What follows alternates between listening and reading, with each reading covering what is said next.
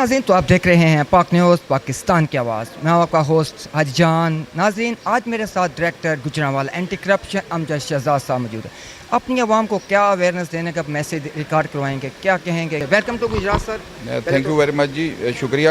میرا سب سے پہلے میسیج یہ ہے کہ ہماری میڈم جو ہیں سی ایم، ان کا بھی ویژن اور اس کے بعد ڈی جی اینٹی کرپشن کا ویژن یہ ہے کہ ہم ہر آفس میں ہر سطح سے جو ہے وہ کرپشن کا جو ہے وہ خاتمہ چاہتے ہیں، اور انہی ویژن کے تحت ہم جو ہے یہاں پہ ہر ضلع میں جو ہے وہ کھلی کچہریاں کا انعقاد کر رہے ہیں، جس میں لوگ جو ہیں وہ اپنے مسائل ہمیں دیتے ہیں اور ہم ان کو انصاف جو ہے وہ ان کے دہلیز تک جو ہے وہ پہنچا رہے ہیں. اور اگر ہمارے محکمے میں بھی اگر کسی کی کوئی کمپلینٹ ہو، آپ میڈیا کے تھرو اور وہ ہمیں جو ہے وہ ضرور پہنچائیں، اور ہم ان کے خلاف بھی جو ہے وہ ایکشن لیں گے.